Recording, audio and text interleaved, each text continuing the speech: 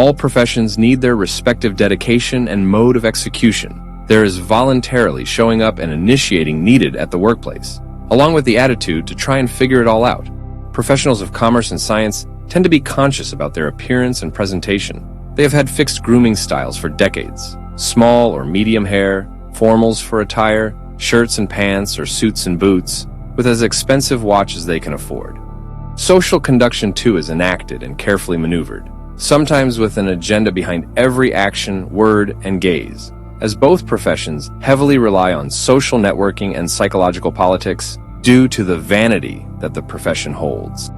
But an artist is a different breed. An artist is indifferent. An artist lives inside his head. An artist is an internalizer. They often don't pay much attention or respect to their appearance or how their behavior is being perceived. They could be blunt or ignorant at times towards people.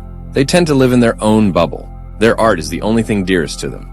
They are often misunderstood due to the lack of visibility of their efforts, as it mostly lives inside their heads, and the outcome, which is often less explicit or comprehensible compared to science or commerce, as their outcome can be measured with eyes and accessibility. Due to this very nature, art is often overlooked by the masses and common people. It's tough to respect ideas about living when you get to recover from an illness while being in an air-conditioned ward due to science and the economic status that enabled it. But it's constructive ideas and art that make your life meaningful after you recover from the hospital. And what would be the point of recovering if there's nothing worth living for? Are commerce and science so worthless to take the life bestowed by them for granted?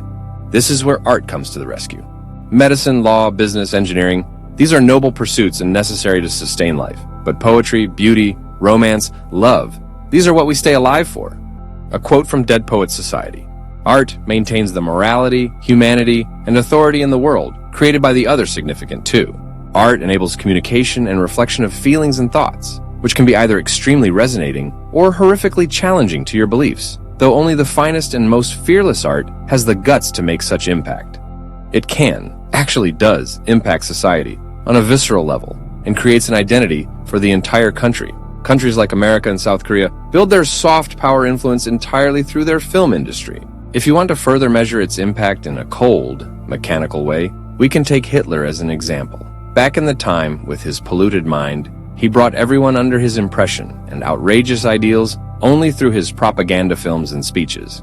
That's how dangerous art is. It has the power to make you feel to your core. Lack of respect towards it and towards ideas and feelings often leaves a society hollow. Sometimes it just feels like people are lazy or ignorant towards living meaningfully, like that great thinking can enable. They often mock, saying, "That's life." Well, that is not life. If our ancestors thought the same way, you and I wouldn't be living in a safe world today, far from normalized violence and war, reading each other's ideas from any corner of the world where the internet reaches. It's about naming things as they are, while acknowledging them and trying to improve them, and making the world a better place to flourish. Instead of the ignorant attitude normalized by societal structures like tradition and discipline, we must challenge ourselves to rethink the kind of world we're living in, the kind of principles we follow, and try to update our ideas and rules rather than brutally ignoring them in the name of traditions and discipline. Art becomes the enabler here. It enables intention, the very basis that science and commerce are built on.